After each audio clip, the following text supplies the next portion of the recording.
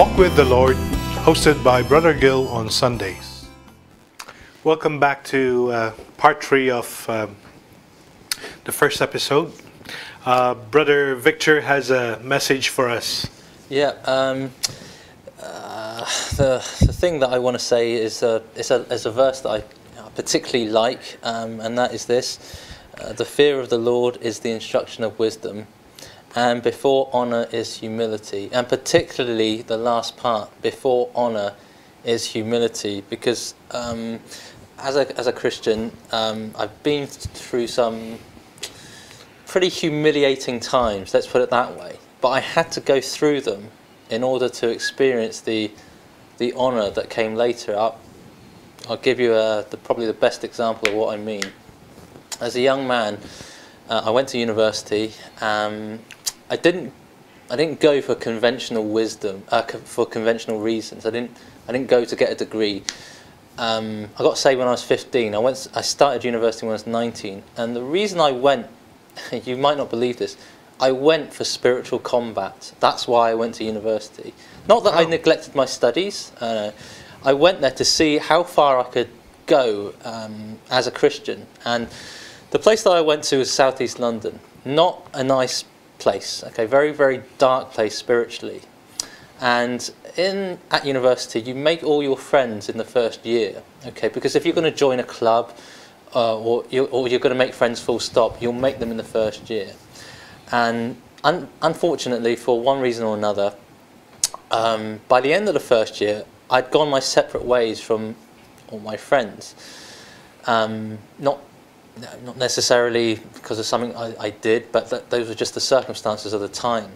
And by the beginning of the second year, I was living in a house with a guy from my church, and I was all alone in London, which is one of the most lonely cities in the world.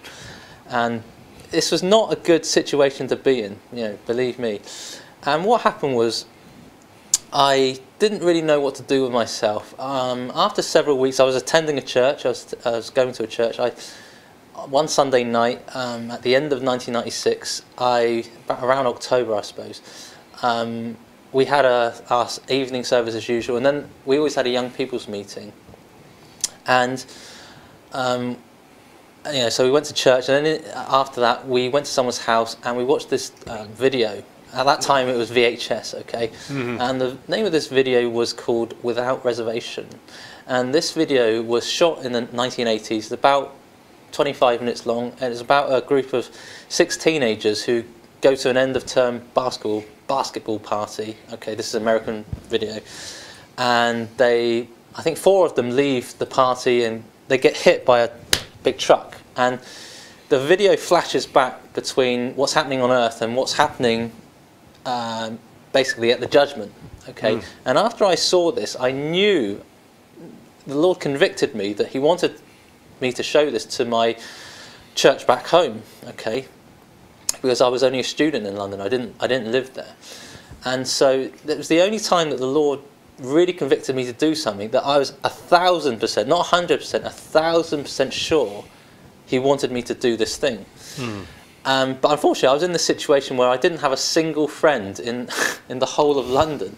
So it was quite possible that I would get up, I would go to uni, I would come home and have nobody to talk to. And this really got me down after a while, to the point where one day I didn't go into uni. I went to the army recruiting office in a place called Blackheath, London, because I seriously thought about giving up my studies and joining the army. It had gotten that bad. Okay. Well, what I did that night is I was supposed to phone this officer about joining the army, and for some reason he wasn't at his office or whatever, but he didn't answer the phone. So I phoned somebody in my home church who was in the army. Okay, he got saved in the army. He was in a regiment called the Royal Engineers, and I said to him, "Look, Mr. Hill, I'm thinking about dropping out of university and joining the army." And I can still hear his reaction in my mind. He said, "You did what?" Like that.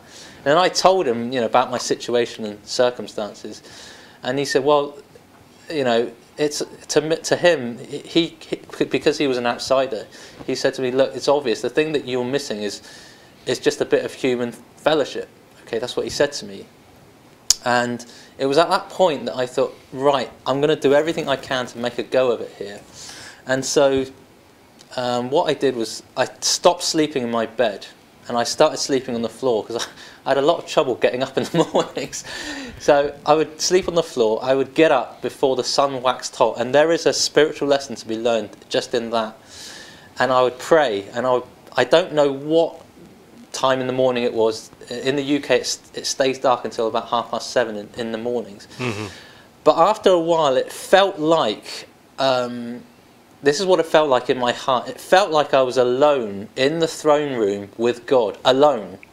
And this continued for a number of months. I didn't leave my bedroom physically, but the sort of the feeling of it, and I'm not a touchy-feely person, but that's what it felt like. I actually felt like I was alone in the throne room with God. And so I began to, I would sleep on the floor. Sometimes I'd sleep with the windows open, so make sure I got up. And English winters are quite cold, but I would go out at maybe 7:30 once the sun was up. I would go jogging 3 miles, go into school, do my studies. And what happened is in the winter of 1996-97, I knew the Lord wanted me to show this video to my youth group back home. And sometimes he would convict me to do it. Okay, he would convict me to pray about it. And so I would leave what I was doing and I would go up to my room and pray. And all this time, I was on my own, but I was very, very close to the Lord. Very close to the Lord, closer than I've ever been. And I got back home to my hometown and I spoke to one of the leaders of the youth group. And I said, well, at that time, the youth meetings were open for the young people to take part. And I was still relatively young. I think I was 20. And I said to him, well, I've got this video I'd like to show. And he said, do you mind if I watch it first? And I said, yeah, sure. So he watched it, and his only comment was, it's all right, but it's American. That was his only comment. So I built up. So the momentum had been building up, and I showed that video. I still remember the date. It was the third Sunday in January 1997, the 19th of January 1997, and don't forget, the Lord had convicted me at times to leave what I was doing, specifically pray for this. Mm-hmm. And so we had our evening service as normal, gospel service, whatever you want to call it. And then the time came for me to show this video. So we went into the back room as it was then. There was about 20 young people that night. And, as normal, there was a bit of chat and people were good-hearted. And, I got up and I said, well, okay, I want to show this video. And I put the video in, I turned the lights off. And it was like a bomb going off, because it was like the Holy Spirit got into that room and just shook people to the core. And I would say, let's say there was 18 people that night. I would say probably 15 of them were either in tears or close to tears, because the Lord really wrought a great work through that video. Okay, I was almost a bystander. Okay. And not only that, the video is one thing, but I knew the Lord wanted us to sing a particular hymn that night. Okay, and the hymn is called I Will Sing the Wondrous Story. Normally, if we sang anything, it would be these modern choruses with a guitar, but I said, we're not going to do that. After the video, I just said to them, look, we, as Christians, we've got to get the gospel out. That's our job. And, they were already under conviction. That's right. And I said, okay, so that's what we've got to do, And I wasn't anything special. I just told them the truth. And we got up to sing that hymn, and we sang it without any instruments. And they almost took the roof off, because they were singing with really broken hearts. Okay, they were singing with really broken hearts, and they realized, hey, we need to do something here. We can't just keep going the way we're going. Okay, and that was probably the most. In fact, it is. There's no probably about it. That was the real high point of my Christian life so far. I've only been saved 24 years. I'm not a pastor or anything like that, but that is definitely the highest point of my Christian life so far. But that only came about after I had to go through some humiliating circumstances. I didn't mention this before, but the church that I was in London, it was a Brethren church, and I don't know why, but one of the girls in that church took a severe disliking to me. I never spoke to her. I never even said hello. Girls. But she just took a disliking to me. And not every week, I won't say every week, but I would say at least once a month, she would just have a go at me in front of the rest of the youth group. Even though I never spoke to her, I never said boo to her, you know. And, okay, you interpret this however you like. But I kept praying that God would get her off my back, get her off my back, get off my back. And you decide, you know, you be the judge. On Christmas Eve that winter, right, the Bible says in Exodus that if you persecute the widows or fatherless, I'm going to make you widows and fatherless. Okay. Now I wasn't fatherless strictly speaking. I have a biological father, but I was on my own, very much on my own. And on Christmas Eve of that year, her father died, and then a couple of weeks later, her mother died. Now I'm not saying that, you know. All I can tell you is that's what happened. Okay, I prayed for her. I prayed that God would get her off my back. I didn't provoke her. I never spoke to her. So how could I provoke her? But she kept going on. You know, she's just relentless, and that's what happened. Okay, so those were very humiliating circumstances. To have someone have a go at you in front of the rest of the youth group when you've done nothing to them. If you've provoked them, that's one thing, you know. And she never, well, I dropped out of uni soon after that, but she never bothered me again after that. Plus, there's one more thing to this story. In the Bible, the number 13 is connected with rebellion. 85% of the time that you read the number 13 in the Bible, and someone's done a study on this, so I know it's true, it's connected to rebellion. Now, I showed that video on January the 19th, Sunday night, 1997. I left that church that night. Okay, I only ever went back, I think, 3 times at Christmas, but I was never a member after that. And I found out, when was it? Last summer, I had to go back to my hometown. I found out that after I left, the church experienced a time of growth, mainly young people. A lot of the older people left. As a result. But here's the strange thing, and you be the judge. 13 years after I showed that video, that church had just split. And the church that I went to is a shadow of its former self. I went back there last summer. If there were 70 people there when I left, and I don't know that it grew to over 100, but I'm guessing from what I've been told, there might be a core of maybe 15 people now. Okay. Now, you know, you decide for yourself, you know, was that connected to something that happened in 1997, or was that a mere coincidence? You know, I can't prove any of this, so I'm not going to tell you, oh yes, I showed them the video and they rejected it, so 13 years later, I can't prove it. But those are the facts as far as I know them. Okay, so you decide for yourself, you know, you want to serve God, you're a Christian, great, but you're going to have to go through something first. It's not going to be, you're not going to experience those mountaintop experiences without going through something like a valley first. Okay, so I don't know if you have anything you want to add to that, Brother Gil. It's somehow, you know, there are lots of false teaching going around right now. You know, teaching the prosperity gospel. Yes. You know, follow Christianity. You will be blessed financially, your health, and this and that. But honestly speaking, I've been through a lot of life experiences myself, and being a Christian isn't, as our pastor always say, it's not a bed of roses. In fact, God will, you know, put you through things to mold you into something in His likeness. Let's put it this way, somehow in His own perfect plan, in His sovereignty. You know, don't get it wrong that being a Christian it's an easy life, but you will go through some trials. But it is always the end is good. Yes. Okay. Yes. Don't think of worldly things about financially, you know, prosper and this and that.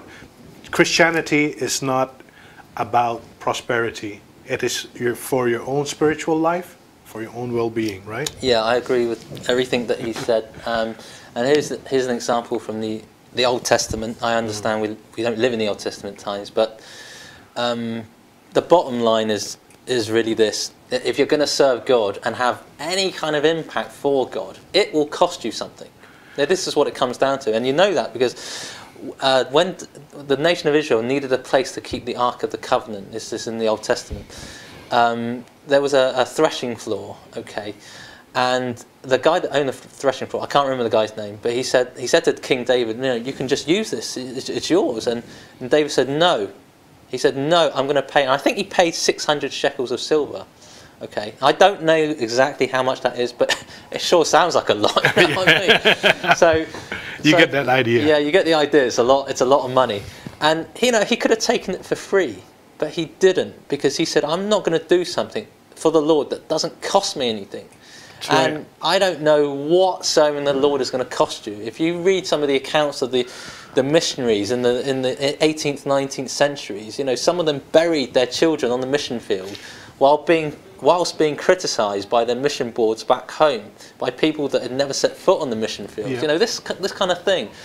And sad as it is to tell you this, if you are a Christian, sometimes the biggest source of discouragement for you as a Christian will be somebody in your own church, okay? One of your own contemporaries. And I know that because in 1 Kings 13, you read about this young king. He's about to start ruling,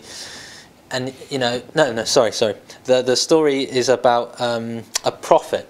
He's about a prophet. I think it's 1 Kings 13.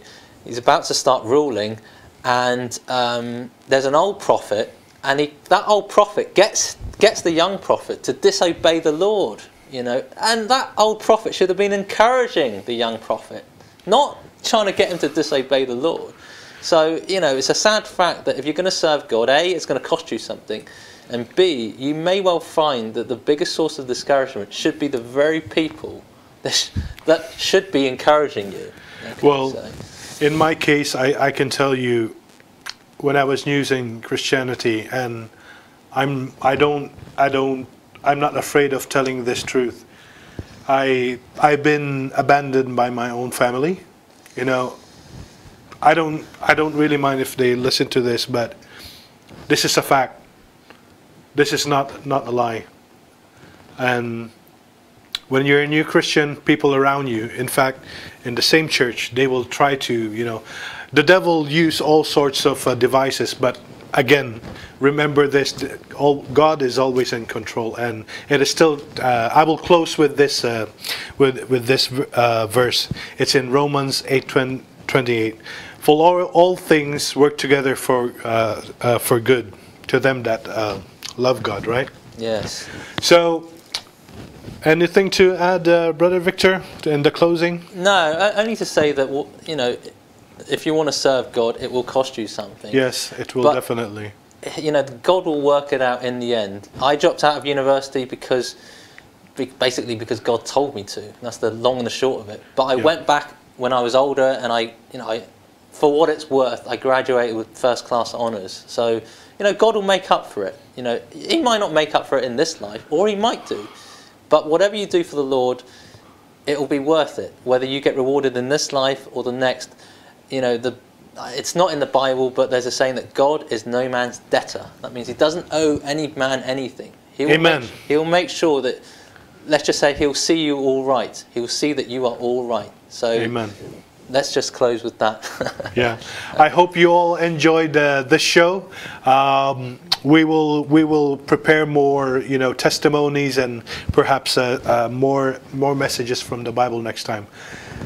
I already gave you our email. You can go back. We will have our email address or contact on the end of this show. So you could send an email to us. You want to give testimony for Christ, or perhaps you have some specific questions. Feel free to contact us. See you next time. Thanks. See ya.